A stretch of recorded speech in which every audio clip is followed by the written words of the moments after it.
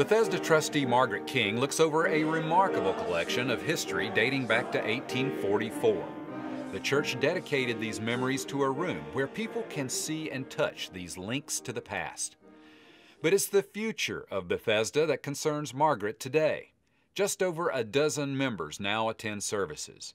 The drop in membership now threatens the congregation's ability to keep the lights on and the building maintained. The church doors would probably close. The conference would probably close us down because of the number of members that we have on roll that are active. A small number of parishioners cannot keep a church going, plus the parsonage. We have the parsonage to do too. And that's where I said they'll take me out of this church, drag me out of here screaming and holding onto the carpets when they try to take me out if they shut the doors of this church. And that's why I fought so hard for this church. And that's why this community came to a meeting to talk about, what could possibly happen in this church. I can't fathom Haw Creek without Bethesda. Reverend George Davis is in his 5th year of pastoring Bethesda's decreasing congregation. He says the gap is widening between the cost of keeping the doors open and what members are able to contribute.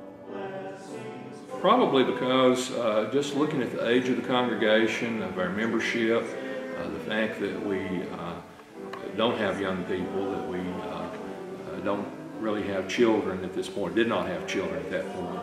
And so they were just uncertain about the future, even though looking at the community, the Haw Creek community is growing, it's a growing community. Church just hadn't really reached out to the community. Bethesda's Methodist roles may have decreased, but trustees have decided to allow other faiths to use the space. On Sunday afternoons, these worshipers, calling themselves the Vineyard, use the sanctuary for praise and worship. It's one of 3 groups now using Bethesda and leasing space for their gatherings. For the present, they keep the doors open, with a new way to keep this hallowed ground alive. Reverend Larry Duggins is a leader of a foundation called Missional Wisdom. He met with the Bethesda congregation and the church's neighbors to tell them about a new use of the building and property. So the first reason that we're here is that we feel like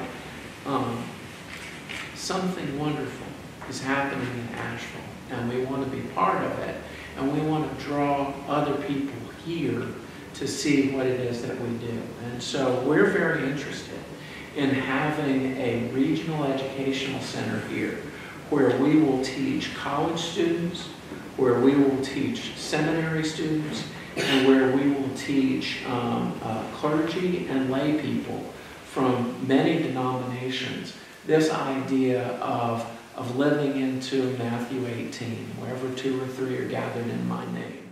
Duggan says a shift in attitudes about church attendance has led to new ideas about how Methodist churches can become more connected with the communities where they're located. Duggan says Methodist conferences have approved a change in how churches with diminishing membership can be reoriented for worship and community outreach. The Missional Wisdom model uses church properties to house a resident abbot and seminary students to serve the community. Church buildings would be renovated to provide space for meetings, kitchens and fellowship halls to feed and counsel the homeless, and to teach people how to cook.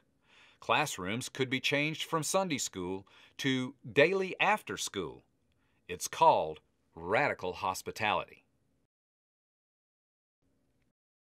That intentional community is underway in Bethesda's parsonage, just a few steps away from the sanctuary.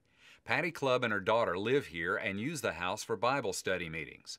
Others serving in the missional program may live here in the future, agreeing to a common pledge to uphold the missional purpose.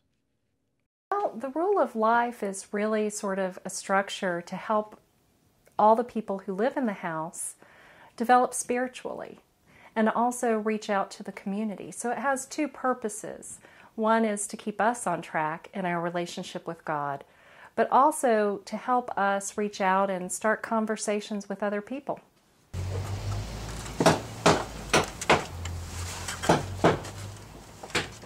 Pending City of Asheville approval, the Missional Wisdom Foundation plans to install tiny homes, a new approach to housing in western North Carolina. Size bed in it, and the work area in this sort of bay, this is actually cantilevered out. These small buildings are just big enough to house one person with basic necessities. What we talk about and what we teach is the idea of a theology of sufficiency. How much is enough? And if you think in your life about how much is enough, then you can move forward to find ways to use other resources that are freed by living in that simple way. A cluster of them would allow low-cost living for students and missional workers in a peaceful, wooded section of the church property. Contractors are also drawing up plans to modify the church for the missional outreach and programs. The planning team includes Bethesda members for the transition of the church into what will be called Haw Creek Commons. But there's concern and apprehension about what will become of the historic congregation. I can't imagine not being in the place where my family's always gone, where I got married, where my husband moved his membership to this church. Margaret and others say it will take a lot of prayer and a lot of planning to resurrect Bethesda. But she says with a new mission, a new purpose, and a new dedication to outreach and service, it will grow into a new season of faith, just as the church founders promised in 1844. Much work remains in the summer, the fall, and winter of 2015. We will continue to follow this groundbreaking movement and show its progress in the months ahead. Reporting with Kim Buckner, I'm Cheryl Barber.